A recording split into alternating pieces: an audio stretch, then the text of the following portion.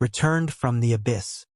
After a wrongful death and a cold betrayal by the people who were supposed to love him, Jin, quiet, stubborn, devastatingly alone, is reborn with one purpose: to reclaim what was taken from him and burn down everything the Lin family built on his suffering. Backed by his newly discovered birth father, Shun Wuming, a feared and powerful patriarch who has spent 23 years searching, Jin rises from the wreckage of his old life with grace, intelligence, and a fury he keeps carefully hidden behind calm eyes. What he does not plan for is Yi Chun.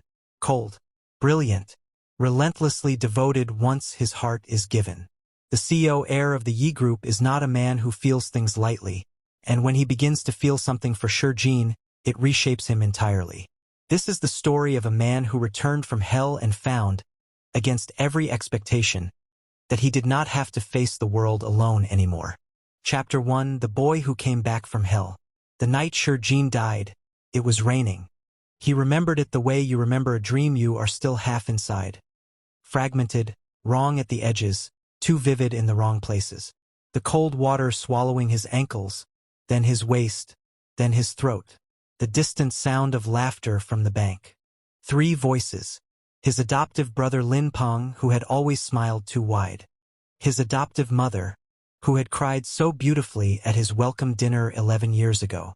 And Lin Hao, who had been his only friend for 6 of those years, who had taught him to play chess and argued with him about books and held his hand once during a thunderstorm when they were 13 and Jin had pretended not to be afraid. Lin Hao, who had looked at him over the black water and said, "This is just how it has to be, Jin. You understand, don't you?" He had not understood. He still didn't. Then darkness. Then nothing. Then a heartbeat. Jin opened his eyes in a hospital room that smelled of antiseptic and expensive cologne. The ceiling was white. The machines beside him beeped steadily, indifferently. Outside the window, the sky was gray-pink with early morning light. His chest hurt. His pride hurt more. I'm alive. He didn't know whether to feel grateful or furious. He settled, for the moment, on both. A nurse rushed in when the monitors beeped rapidly. Then a doctor, young and harried. Then 2 men in dark suits who stood outside the doorway with the particular stillness of people trained to be invisible. And then, parting the medical staff like water, filling the doorway with a presence that was simply too large for the room, came a man in a slate-gray suit.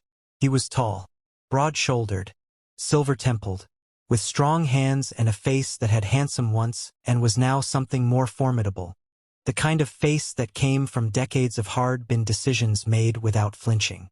His eyes, when they found Jin's, were the color of deep water.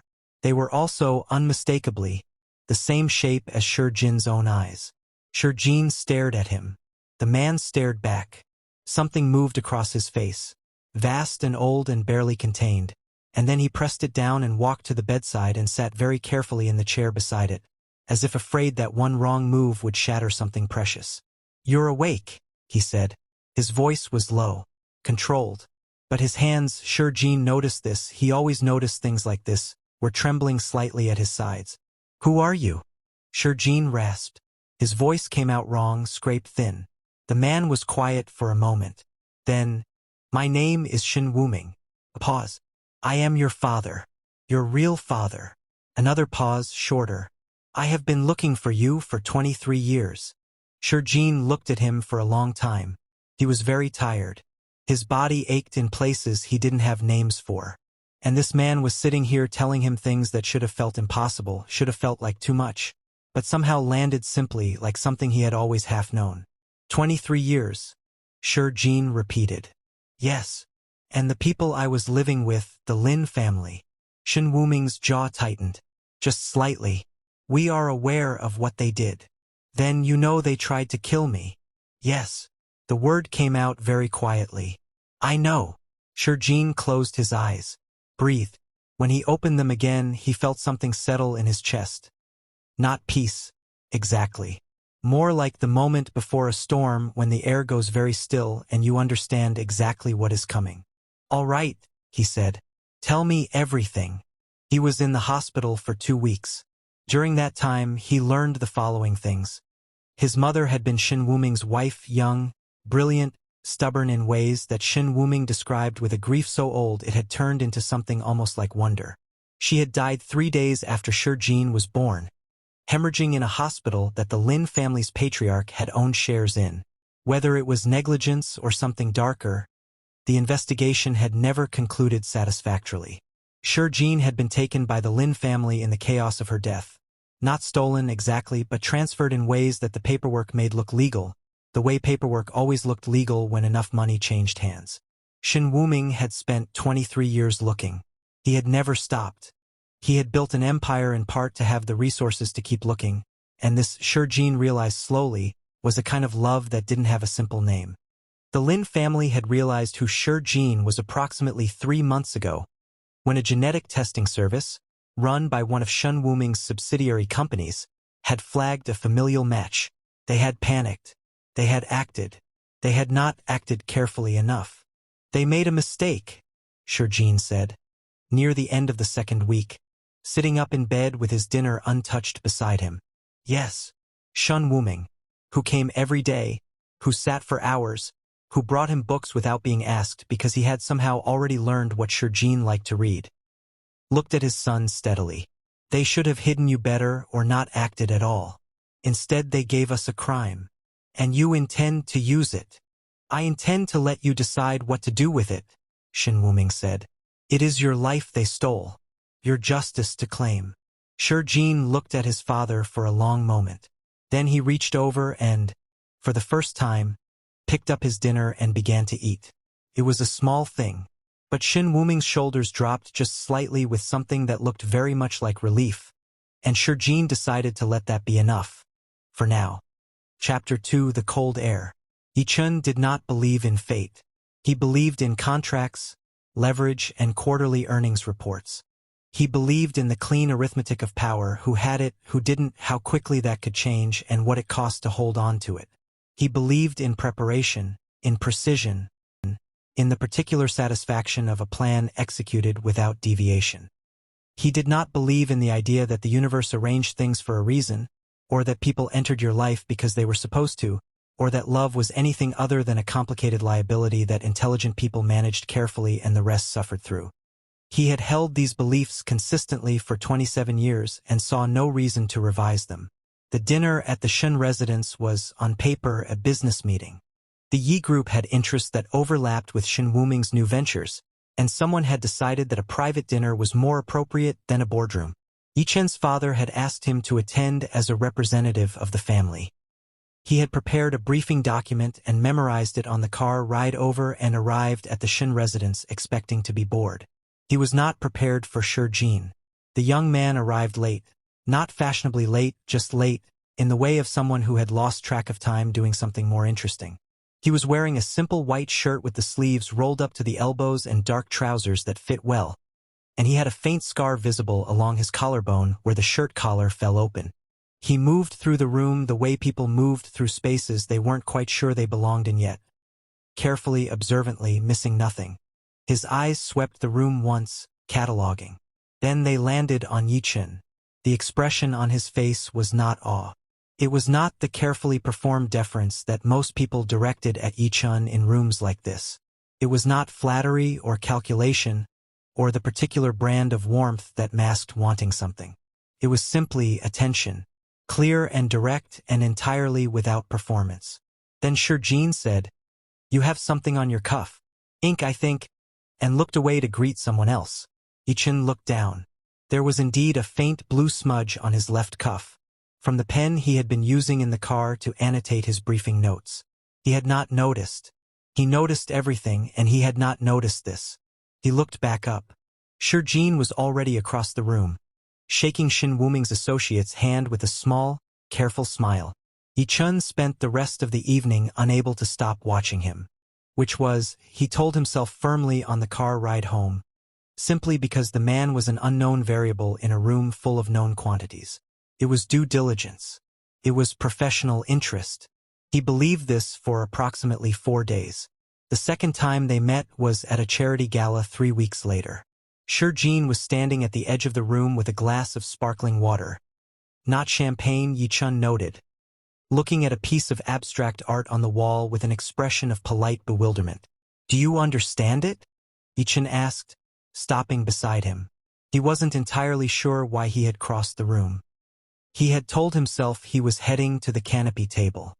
Jin considered the painting large, aggressively orange, with black smears that might have been intentional. "No," he said.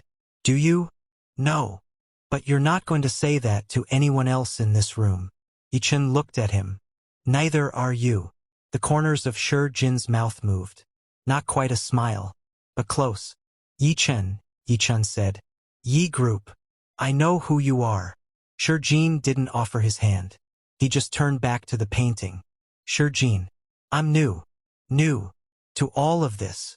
A small gesture that encompassed the room, the gowns, the chandelier, the careful performance of wealth. "I grew up with the Lin family. This is different." Yi Chun was quiet for a moment. Then, "The Lin family's stock dropped 6% last week." Jin's expression didn't change, but something in his eyes did. A flash of something sharp and satisfied, quickly contained. "Did it? Unusual pattern. Looked like a targeted sell-off." Was it?" Jin finally looked at him directly. His eyes were very calm. "I just got out of the hospital," he said. "I've been resting." It was not an answer. It was also, Yi Chun thought, exactly an answer. "You're going to be interesting," Yi Chun said. Before he could stop himself, Jin blinked. Just once, a brief break in his composure. Then the almost smile returned. "So are you," he said, and drifted away into the crowd. Yi Chun stood in front of the aggressively orange painting for another 5 minutes before he remembered he had been going to the canopy table. Chapter 3. What the Lin family didn't know. Lin Hao had always been good at surfaces. He was handsome in a reliable, symmetrical way. He dressed well and laughed easily and had the particular gift of making whoever he was talking to feel that they were the most interesting person in the room. He had used this gift strategically his entire life, in school, in business, in the management of his family's reputation, and he had never been caught. He had not, until recently, understood that there was something to be caught for. The thing was, and he had told his mother this, had told his father this, they had not done anything truly wrong. Jin had been raised in their home, fed, clothed, educated. Yes, there had been certain arrangements with regard to his identity. Yes, there had been advantages taken. But the boy had been a child with no one. They had given him a family. Surely that counted for something. His mother had agreed. His father had poured another drink. Lin Hao had chosen not to look too closely at the water. The rumors started small. A whisper in a business forum about Lin family accounting irregularities. A former employee who had given an anonymous interview to a financial blog. A supplier in Guangzhou who suddenly, inexplicably, declined to renew their contract. Lin Hao tracked each one. They were too precise to be coincidental and too well-sourced to be random. Someone was building something, laying foundations with the patience of a person who had a long game in mind. He called Jin. The phone rang 5 times and then went to voicemail. The recorded message was Jin's voice. Calm, neutral, giving nothing away. Exactly like the man himself had always been. "Jean," Lin Hao said, then stopped, then said, "I'd like to talk. I think there are things that could be explained, if you'd give me the chance." He waited for a reply for 3 days. None came. Jin read the transcription of the voicemail. His assistant had it ready within minutes, and filed it under a folder on his laptop labeled Simply Documentation. He was not surprised that Lin Hao had called. He had expected it. What surprised him slightly was the particular quality of the message. The way Lin Hao had paused after saying his name, as if reaching for something and finding the shelf empty. There had been something in it that might have been genuine. Jin considered this honestly for approximately 40 seconds, and then he closed the folder and moved on. He did not have the luxury of wondering whether Lin Hao actually felt something. Lin Hao had watched him drown and said it was just how it had to be. Whatever Lin Hao felt now was a problem that belonged entirely to Lin Hao. He had a meeting with his father's legal team in 30 minutes and a dinner with Yi Chun. He had begun calling it that in his head, a dinner with Yi Chun, rather than a business dinner, and had chosen not to examine this distinction in the evening. There was a lot to do. He opened his laptop and got to work. The dinner was at a small restaurant near the river. Yi Chun's choice, which surprised Jin. He had expected something more formal, the kind of place with lighting designed to impress and a wine list the size of a novel. Instead it was low-ceilinged and warm, with paper lanterns and a menu handwritten on a chalkboard. "I didn't take you for a paper lantern kind of person," Jin said, sliding into the seat across from Yi Chun. "I'm not," Yi Chun said. He was in a dark jacket, no tie, which was also not what Jin had expected. "But the food is exceptional, and sometimes that's more important than the atmosphere. Pragmatic. I prefer efficient." Jin picked up the chalkboard menu and read it. "You ordered already. I took the liberty. Unless you have objections." "Depends what you ordered."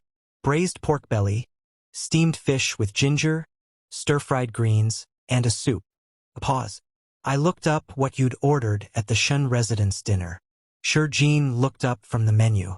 "You researched my food preferences." "I research everything." That could be flattering or alarming, depending on one's perspective. "Which is your perspective?" Jin considered. "Probably both." He set down the menu. "But mostly flattering." Something shifted in Yi Chun's expression, very briefly, very quietly. He looked down at his teacup. The food came. It was, as advertised, exceptional. They talked about business at first, about the Yi Group's interests and the Shin family's new ventures and how they might align, and then about other things. About the books on Jin's shelf that Yi Chun had apparently noticed during a brief visit to his apartment. About chess Jin played, Yi Chun played better or said he did, and something about the confidence of this made Jin want to test it. They stayed for 3 hours. At some point, the business portion of the conversation ended entirely and neither of them mentioned it. Walking out afterward, in the cool night air by the river, Yi Chun said, "The Lin family has a weak point in their board composition. 2 independent directors who were appointed under questionable circumstances in 2019. If those appointments were challenged, they would lose voting control of 2 key decisions from that year." Jin finished. Yi Chun looked at him sideways. "I found it last week," Jin said. "I found it yesterday." "Then I'm a week ahead of you." The corner of Yi Chun's mouth moved. It was the closest thing to a smile Jin had seen from him. "Not for long," he said. Chapter 4: The Weight of a Father's Love. Shen Wuming did not know how to be a father. He knew how to be a patriarch, to command, to protect, to provide, to make decisions that protected the people under his care from consequences they hadn't earned.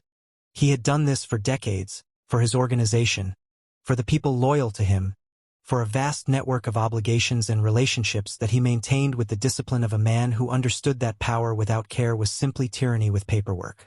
But fatherhood, the specific, intimate, daily work of it, was something he had been denied the chance to learn. And now he had a 23-year-old son who had been starved of it too, and they were both standing on either side of a gap neither of them knew how to cross. He tried, in the ways available to him. He hired a security team for Jin, 2 men, discreet, who stayed at a respectful distance unless needed. He arranged for Jin's new apartment to be in a building he quietly owned, so that the management would respond to any issue immediately.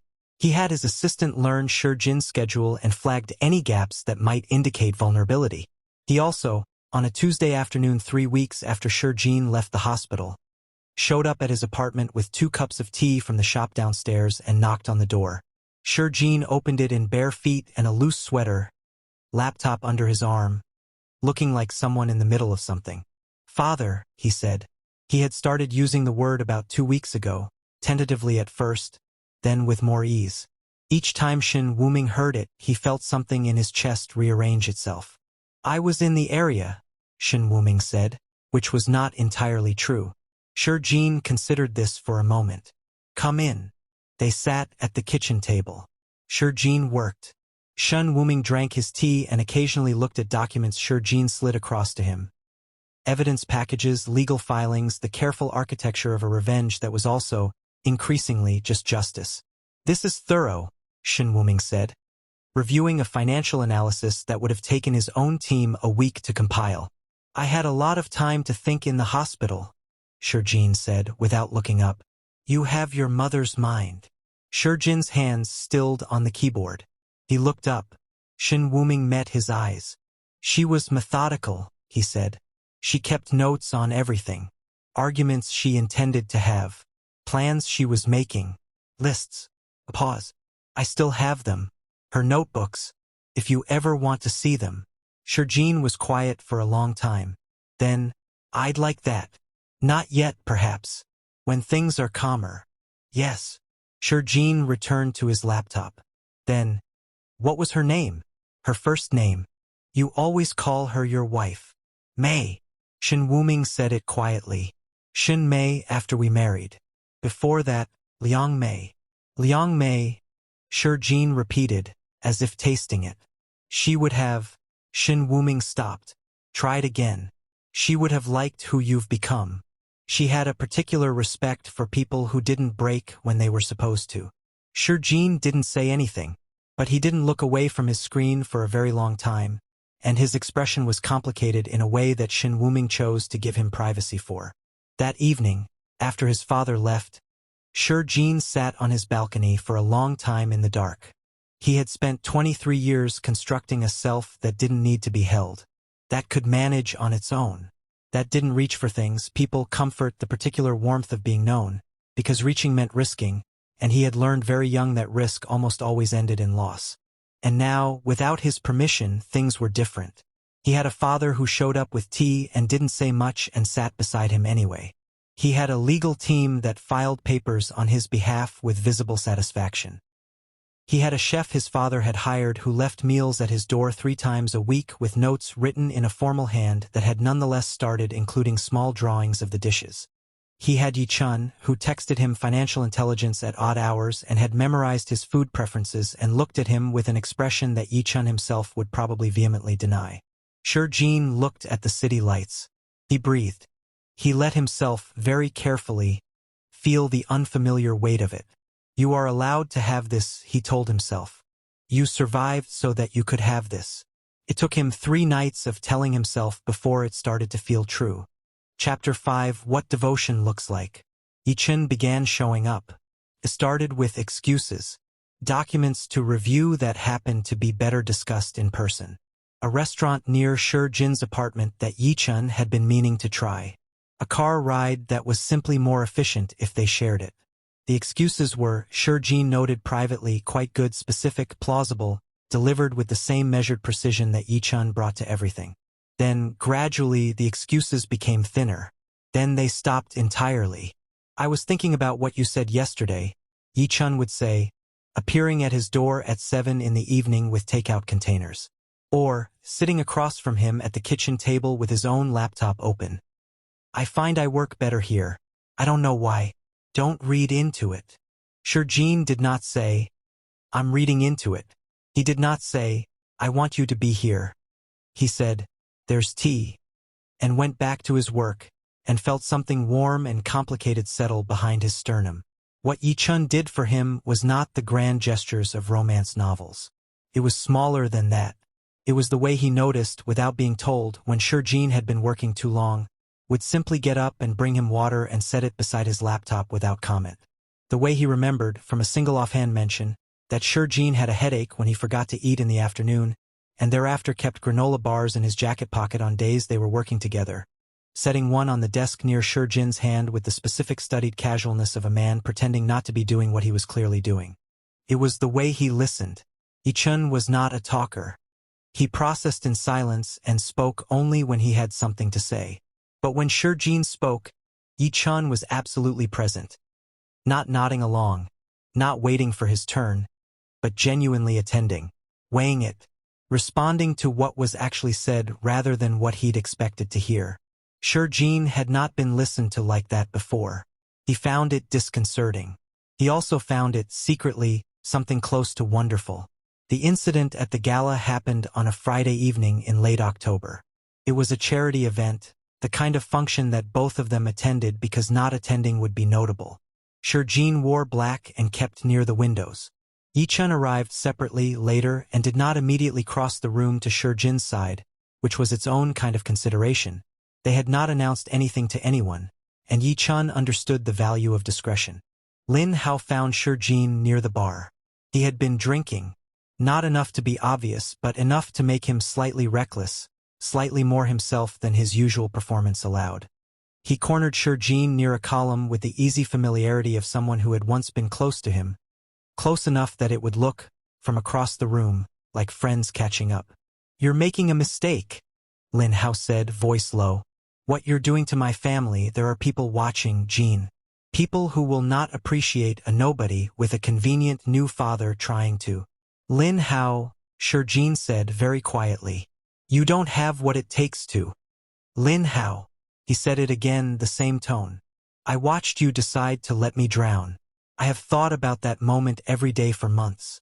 I have nothing left to feel for you except a kind of clinical interest in watching what happens next." A pause. "Step back." Lin Hao stepped forward instead, reached for his arm, and Yi Chun was there.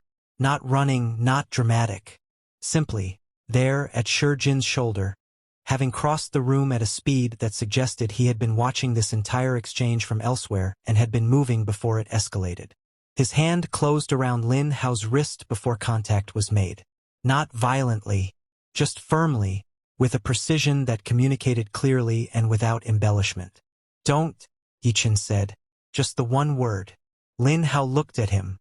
Something in Yi Chun's expression, very still, very cold, very absolute, made him step back after all. "This isn't over," Lin Hao said, to Jin. "Actually," Jin said, "it nearly is," and turned away. In the car afterward, Jin stared out the window at the moving city for a long time. "You didn't have to intervene," he said. "I know," said Yi Chun. "I could have handled it. I know that too." "Then why?" Yi Chun was quiet for a moment. His eyes were on the road. His hands on the wheel were very steady. "Because watching someone touch you when you don't want to be touched," he said carefully, "is something I find I cannot be indifferent to." Jin absorbed this. "That's a very measured way to say something unmeasured. I'm a measured person. Not always." Jin turned to look at him. "Not with me." Yi Chun's jaw moved slightly. He didn't look away from the road. "No," he said after a moment. "Not with you." They didn't say anything else for the rest of the ride. But when Yi Chun stopped in front of Jin's building and Jin got out, he stood by the open car door for a moment longer than necessary. "Come up," he said. "I'll make tea." Yi Chun parked the car. Chapter 6: All the Things Not Said. There was a period of approximately 6 weeks during which Jin and Yi Chun lived in a state of careful, exquisite tension. They spent a great deal of time together, working, eating, talking, existing in comfortable silence in the same space. Yi Chun had, at some point that neither of them formally acknowledged, developed a habit of sleeping in Jin's spare room when they worked late, which happened 3 or 4 times a week. He kept a spare shirt there. He had his own mug. They did not talk about what this was. Jin, who was by nature more comfortable with ambiguity than with premature conclusions, was not in a hurry. He was also, more honestly, slightly afraid, not of Yi Chun but of the size of what he felt, and the specific vulnerability of wanting something from a person who had the capacity to give it or take it back. He had been burned by trust before. His caution was not irrational. Yi Chun, for his part, was navigating something he had no map for. He had had relationships, brief, practical, managed. He had not had this, the specific, unsettling experience of someone becoming necessary to him without his permission, of wanting not just to be around Jin but to understand him, all of him, the parts he showed and the parts he kept folded away in the quiet places behind his composed expression. He did not know quite what to do with the feeling, so he kept showing up and brought granola bars and stayed when it was late and told himself that he was simply being a good ally. He believed this approximately as well as he had believed the earlier story about the canopy table. The conversation happened on a night in November, during a rainstorm that had been going on for 6 hours. They were at Jin's kitchen table, the city a smear of light and rain beyond the window. Yi Chun was reviewing documents. Jin was on the phone with his legal team, voice low and steady, walking them through the next phase of the Lin family case. The room smelled of tea and rain and the particular warmth of a space inhabited comfortably by two people. Jin ended the call and set his phone face down on the table. "The board challenge is filed," he said. "Good." Yi Chun didn't look up. Timeline. Hearing in 6 weeks. Before that, the financial regulator responds to the fraud report. Before that, he stopped. Yi Chun looked up. Jin was looking at him. Just looking, with that expression he sometimes had. The one that Yi Chun still couldn't entirely read, open and contained at the same time, as if he were deciding something. "What?" Yi Chun asked. "I'm going to ask you something, and I'd like you to answer honestly even if you think the honest answer is inconvenient." Yi Chun set down his pen. "All right. Why are you here?" Jin's voice was very level. "Not tonight specifically. In general. You have your own work, your own life, your own home. You don't need to be involved in any of this. You chose to be. I would like to understand why." Yi Chun was quiet for a long time. Outside, rain moved against the glass. The city lights blurred and shifted. "In the beginning," he said slowly, "I told myself it was professional interest. You were an unknown variable. I wanted to understand what you were. And now," a longer pause, "now I understand you considerably better than I did." He met Jin's eyes. "And I find that understanding you has not reduced my interest in you. It has done the opposite." Jin breathed in slowly. "That is the most carefully worded confession I have ever heard. I'm a careful person." "I know." Jin stood up. He walked around the table and stopped in front of Yi Chun, who looked up at him with an expression that was stripped, for once, of all its calculation, all its control. Just open, uncertain, wanting something. "You can be less careful with me," Jin said quietly. "I'm not going to break." Yi Chun stood. They were close, the kitchen was not large. "I know you won't," he said. "That's not what I'm afraid of." "Then what?" "That I might," Yi Chun said very quietly. Jin looked at him for a long moment. Then he reached up and put his hand against the side of Yi Chun's face. Just that, just his palm against his jaw, warm and still. Yi Chun's eyes closed. His hands came up to cover Jin's, careful and certain at the same time. "You're not going to," Jin said. "I won't let you." Chapter 7: The Fall of the Lynn Family. It happened in 4 stages over 4 months. Jin had planned it this way, not out of cruelty, though cruelty would have been forgivable, but out of precision. He wanted each blow to land exactly where it was aimed. He wanted the Lynn family to understand, each time something collapsed, exactly why. The first was the board challenge. The 2 directors appointed in 2019 under fraudulent circumstances were removed by court order, stripping the Lynn family of the voting control they had used to shield their financial irregularities for years. The announcement landed on a Monday morning.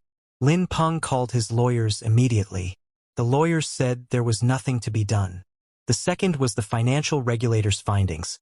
Not a small penalty, but a full investigation into 3 years of manipulated earnings reports.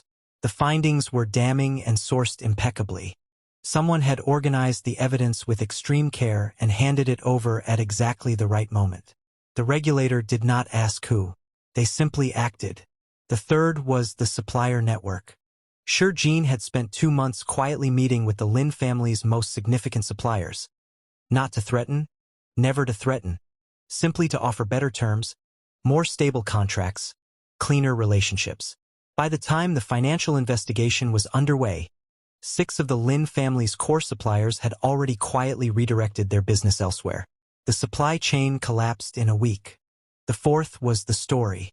A journalist, credentialed, meticulous, someone Jin had met exactly once and provided with nothing except the name of a public records office and a suggestion about what to look for. Published a piece about a child transferred between families under questionable circumstances 23 years ago, and what that child had faced since. Jin was not named. He didn't need to be. The story was its own evidence. Lin Hao called on a Wednesday afternoon. This time Jin answered. "You didn't have to destroy us." Lin Hao's voice was rough. He had been drinking again or not sleeping or both. "You could have, there were ways we could have settled this. Quietly. There was no reason to." Lin Hao, Jin said. Silence. You watched me drown. He said it plainly, without heat. Not a metaphor. You stood on a riverbank and watched me go under, and you said it was just how it had to be. I have been turning that sentence over in my head for months. I still don't understand it. And I have stopped trying to. Jin, I'm not interested in the explanation. I'm not interested in negotiating. I'm not interested in quiet settlements that let you preserve something from what you've built, because what you built was built on what you took from me. He paused. This is just how it has to be. You understand, don't you? He hung up. He sat for a moment with the phone face down on his desk. Then he breathed out slowly through his nose and closed the Lin family folder on his laptop and did not open it again. His father took him to dinner that night. A quiet place. Private booth, no other guests within earshot, the kind of restaurant where powerful men had spoken freely for 50 years. Shun Wuming ordered Jin's favorite dish without consulting the menu, because he had spent the past 4 months memorizing, quietly and without fanfare, every preference his son had expressed. Is it enough? His father asked. The revenge. Jin thought about it honestly. It's not about satisfaction, he said. It never was. It's about balance. They tipped the scales. I tipped them back. He paused. The scale is level now. Shun Wuming nodded slowly. Then, gruffly, you are very much like your mother. You say that sometimes. Because it's true more often all the time. He looked at his son across the table. At the man his child had become, without him, despite everything. She would have been proud of you. I want you to know that I am also proud of you. Regardless of what you decided to do or not do. I want you to know that pride is not conditional. Jin looked down at his plate. His jaw moved. He did not trust himself to speak for a moment. Thank you, he said finally. Don't thank me, Shun Wuming said. Not unkindly. Just eat. Jin ate. Chapter 8, What Love Costs and What It Gives. Yi Chun had not told his father about Jin. This was not deception exactly. It was simply the particular privacy that Yi Chun maintained around anything he considered genuinely his, not to be assessed or weighed or incorporated into the Yi family's calculations until he himself understood what it was and what to do with it. His father was a practical man. He would want to know the strategic implications. He would ask about optics, about the Shin family's political alignment, about what it meant for the Yi group's interests. These were not unreasonable questions. Yi Chun simply did not want to hear them. What he had with Jin was not strategic. It was the most genuinely impractical thing in his life. And he had decided, after considerable internal debate, that he intended to keep it. They had not talked about it again since the night in the kitchen. But things had shifted quietly, permanently. Yi Chun's hand found Jin's shoulder sometimes when he walked past. Jin leaned into it briefly, before returning to whatever he was doing. In meetings they sat beside each other and communicated in the margins of documents. Small notes, sometimes just abbreviations, a shared shorthand that had developed over months without either of them planning it. Once, after a particularly brutal negotiation session, Jin had fallen asleep on the couch with his laptop still open. Yi Chun had closed the laptop and put a blanket over him and stood looking at him for a long moment, at the way the tension left his face in sleep, the way he looked, finally, like someone who was resting rather than pausing, and felt something so large and uncomplicated move through him that it frightened him a little. He sat back down at the table and worked until morning. He did not examine the feeling closely. He was still a careful person. The conversation with his father happened on a Sunday. Yi Jiaming had called it a family lunch, which was how he signaled that he wanted to discuss something he considered important. Yi Chun arrived expecting the usual assortment of topics. Portfolio performance, the succession timeline for the Yi Group's board, the state of the family's charitable foundation. He did not expect his father to say, I hear you've become close with Shun Wuming's son. Yi Chun set down his chopsticks. Who told you that? I know things, Chin. I always know things. His father looked at him steadily. He was a large man, going silver now, with Yi Chen's same eyes and a patience that had always made him harder to read than he appeared. I'm not asking with any particular agenda.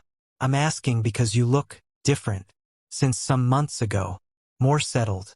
I want to understand why. Yi Chun considered this. Different how? Like you have somewhere to be when the work is done. A pause. You didn't used to. Yi Chun looked at his plate. His father had always been uncomfortably perceptive. He's important to me, he said. More than I expected when we met. He's been through a great deal. Yes. And you're certain that you're... Yes, Yi Chun said. More firmly. I'm certain. I don't say things I'm not certain about. His father was quiet for a moment. Then he picked up his chopsticks and resumed eating. Invite him to dinner, he said. Properly. I'd like to meet him. Yi Chun looked up. That's it. That's it. His father glanced at him. You're my son, Chun. Your happiness is not a subsidiary concern. Yi Chun looked at his father for a moment longer. Then he also picked up his chopsticks. All right, he said. I'll ask him. He asked Shurjin that evening. Shurjin was on the balcony when Yi Chun arrived, leaning on the railing, watching the city. He had that look he sometimes got. Not sad exactly, but interior, processing something that hadn't finished resolving. My father wants to meet you, Yi Chun said, standing beside him. Formally. To dinner. Yes. Shurjin glanced at him. That means something in your family. It means I told him you matter to me. A silence. Not uncomfortable. The kind that meant someone was taking something seriously. I should warn you, Shurjin said, that I have very little experience being introduced to people's fathers as someone who matters to them. You have very little experience with most of this, Yi Chun said, without judgment. Yes. So do I, actually. Shurjin looked at him. You? I've never brought anyone to dinner. A pause. I've never wanted to. He held Shurjin's gaze. I want to now. Shurjin turned back to the city. His hands were on the railing close to Yi Chun's. Not touching. Almost. Okay, he said quietly. I'll come to dinner. Yi Chun's hand moved the small distance and covered Shurjin's on the railing. They stayed like that for a long time, watching the lights. Chapter 9: The World After. Spring came to the city gently, the way it always did. Incrementally, almost apologetically, as if unsure of its welcome. The trees in the park near Shurjin's building put out small, tentative leaves. The mornings became warm enough to leave the balcony door open. Somewhere in the city, without ceremony, the last of the Lynn family's assets were transferred out of their control by court order. Shurjin filed the notification in the documentation folder and closed his laptop. He sat at the kitchen table. His kitchen table in his apartment, which was his home now, a concept that still occasionally surprised him, and thought about the past year. He did this sometimes. Held it up and looked at it from different angles, trying to understand its shape. He had died in a river and come back. He had found a father who showed up with tea. He had taken apart a family that had tried to destroy him, piece by careful piece, and felt nothing at the end except the clean absence of something that had been weighing on him for months. He had fallen in love with a man who kept granola bars in his jacket pocket and believed in efficiency and had cried. Once, just once, after the night they had finally said everything that needed to be said. In a way he tried to hide, turning slightly toward the window, and Shurjin had let him have the privacy of it because some things didn't need to be witnessed to be valid. The dinner at the Yi family residence had gone well. Yi jamming was not what Shurjin had expected. Less formal, more attentive, with a directness that reminded him faintly of his own father and a warmth that he didn't trouble to conceal. He had asked Shurjin questions about his work with the straightforward interest of a man who had spent decades evaluating people and had settled on genuine curiosity as more efficient than performance. At the end of dinner, walking Shurjin to the door, he had said, Yi Chun is not an easy person to know. No, Shurjin agreed. He was, for a long time, very alone in ways that were invisible from the outside. Yi Jiaming looked at him steadily. He is less alone now. I noticed this. I'm grateful for it. Shurjin had not known what to say to this. He had thought about it for 3 days afterward. The Sunday morning that Shurjin thought of later as the real beginning of everything else was unremarkable by any external standard. He woke to rain. Yi Chun was still asleep.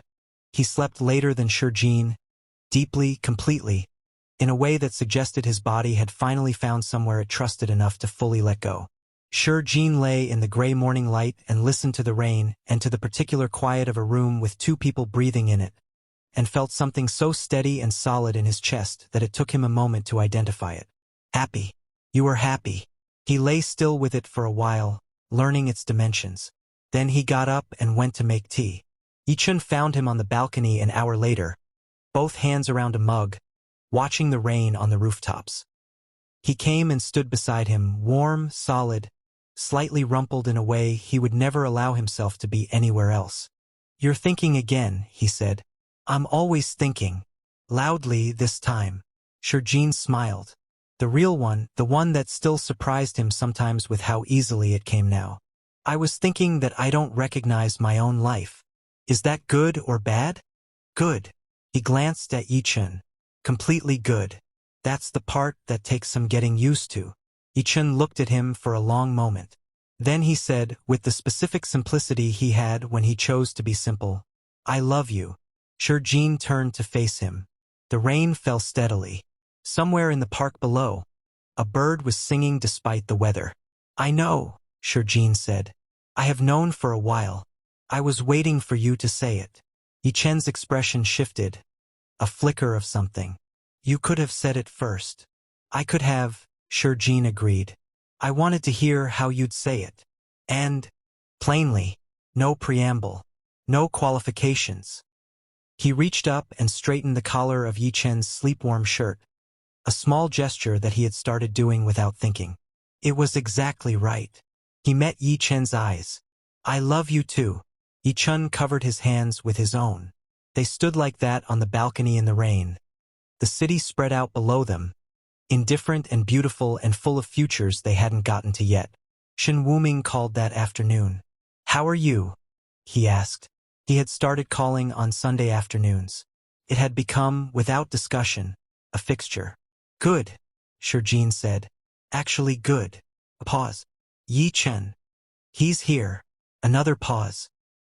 "He's usually here." A longer pause. Then "good." And something in his father's voice, not quite warmth, not quite relief, something larger than either, made Jin press his palm briefly against his chest.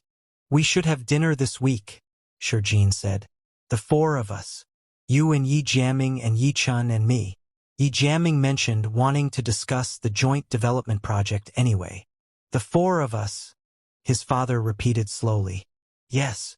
Another pause. "Thursday works for me." "Thursday works," Jin said, and smiled. There had been a night, some months before this one, when Jin had lain in a hospital bed and looked at the ceiling and thought, "I don't know who I am without the wound. Without the loss, the absence, the particular shape of a person hollowed out by years of never quite belonging anywhere." He knew now that he had been wrong. The wound was part of him. Yes, he would always carry the river, always carry the dark water, and Lin Hao's voice saying it was just how it had to be. Scars didn't disappear. They became part of the landscape of a person. But the landscape was larger than the scars. He was larger than the scars.